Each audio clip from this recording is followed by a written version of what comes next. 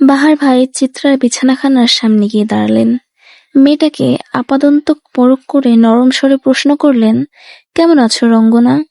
অসময়ে অদ্ভুত প্রশ্ন যেন বাহার ভাইয়ের মুখেই মানায়।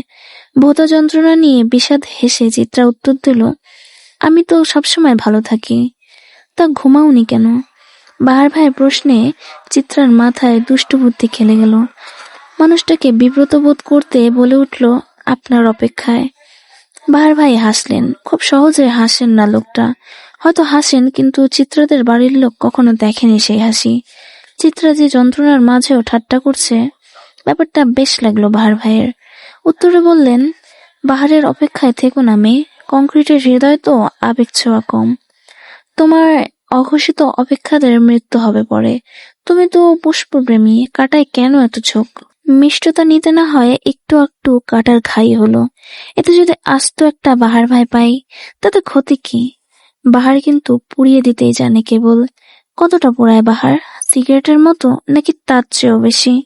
বাহ, আজ মেয়েটা কথায় যে তার বুদ্ধি করছে বোধহয়। বাহার ভাই চিত্রার অসুস্থতায় জীর্ণশীর্ণ হয়ে যাওয়া মুখটার দিকে তাকালেন।